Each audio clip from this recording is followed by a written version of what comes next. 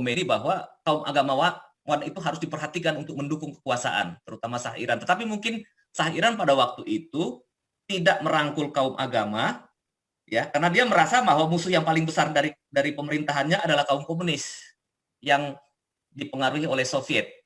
Nah, di dalam Front Nasional, Partai Tudeh dan berbagai kelompok lainnya bergabung dengan para ulama. Jadi di sini kita bisa melihat bagaimana kelompok kiri yang komunis bisa bergabung dengan kaum agama, ya, dengan Muslim Syiah dalam beroposisi terhadap Shah Iran yang sedang berkuasa.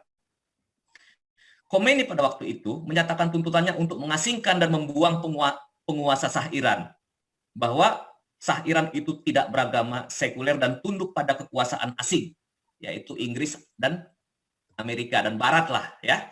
Nah, kemudian ribuan rekaman dan khotbah dari pidato Khomeini diselundupkan masuk ke Iran pada tahun 1970-an. Kebetulan Khomeini kan diasingkan ke luar Iran, ya.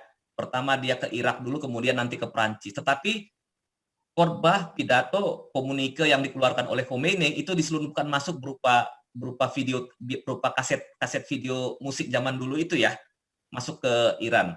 Nah, kemudian kita mengetahui di kalangan rakyat miskin di Iran juga banyak imigran dari pedalaman, juga ada imigran dari India, dari Afghanistan, ya, dan dari daerah-daerah lain. Bahkan leluhurnya Khomeini sendiri itu sebenarnya ada yang sumber yang mengatakan dia berasal dari Lucknow, India, atau dari Kashmir.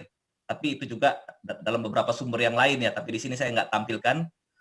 Nah, Shah Iran itu sangat tergantung pada Amerika dan mempunyai hubungan yang dekat dengan Israel. Kita tahu bandara Iran pada waktu itu juga yang membangunnya adalah Israel. Dan kemudian juga penasehat militer yang digunakan oleh Iran pada waktu itu juga adalah dari Israel dan Amerika. Ya. Nah, sementara pada waktu itu baru saja terjadi perang antara negara-negara Arab yang Muslim dengan Israel. Jadi di sini ada konflik antara Arab dengan, ya, Persia. Ini juga iramanya masih tetap ada aromanya pada waktu itu. Nah, situasi ini membuat suasana kegelisahan dan tidak kondusifan bagi masyarakat Iran. Dan rasa benci, rasa tidak suka terhadap rezim Shah Iran Reza Pahlavi. Nah, jadi memang pertumbuhan ekonomi dan infrastruktur yang semakin membaik di Iran. Tetapi di sisi lain, Iran berubah. Dari di sini ada perubahan paradigma budaya, dari yang tradisional menjadi modern, dari yang konservatif menjadi lebih sekuler. Nah, masyarakat pedesaan menjadi negara industri yang modern dan masyarakat perkotaan. Jadi orang-orang dari desa berusaha mencari pekerjaan di kota. Karena akhirnya apa? Land reform yang dicanangkan oleh Reza Pahlavi itu membuat masyarakat di pedesaan semakin sulit mendapatkan pekerjaan, kan artinya kan tuan-tuan tanah yang selama ini memegang tanah dalam jumlah yang luas di Iran itu sekarang harus menyerahkan tanahnya kepada masyarakat, gitu, ya. Jadi perubahan pertanian dan industri yang terlalu cepat. Makanya kadang-kadang dalam suatu teori ekonomi dikatakan kalau terjadi transformasi struktural yang sangat cepat, mungkin akan terjadi kegamangan atau kejut dari masyarakat itu sendiri. Di satu sisi ada suatu bangsa mau membangun, tapi di sisi lain kalau pembangunan ternyata berlangsung cepat, jangan-jangan itu malah membahayakan keutuhan negara tersebut karena terjadi perubahan paradigma, gitu. Jadi perubahan situasi. Nah, akhirnya apa? Pemerintah Shah Iran dianggap, saya nggak bilang gagal, ya, dianggap gagal memenuhi janjinya sehingga menimbulkan gelombang demonstrasi melawan rezim Shah Iran ini di tahun 1978.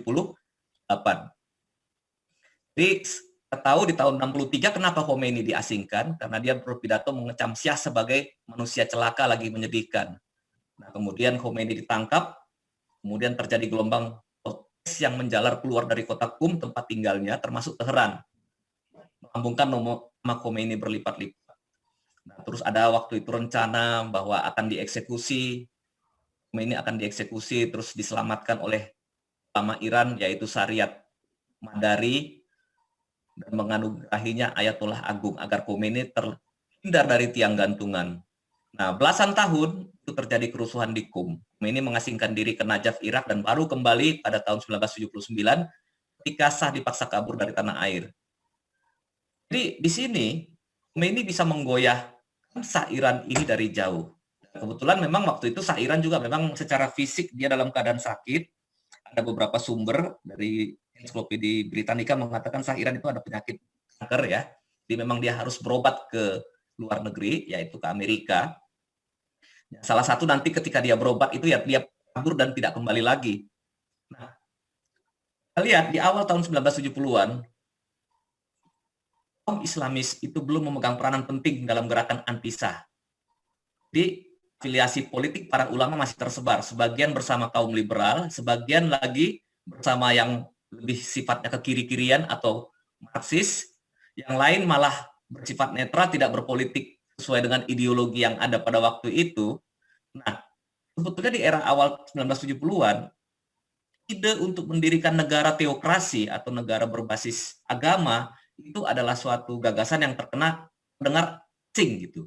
Nah, di tahun 1971, perayaan 2.500 tahun Imperium Persia dirayakan besar-besaran di reruntuhan Persepolis. Kita tahu Persepolis itu adalah kota tinggalan di Persia yang bekas peninggalannya Yunani Romawi.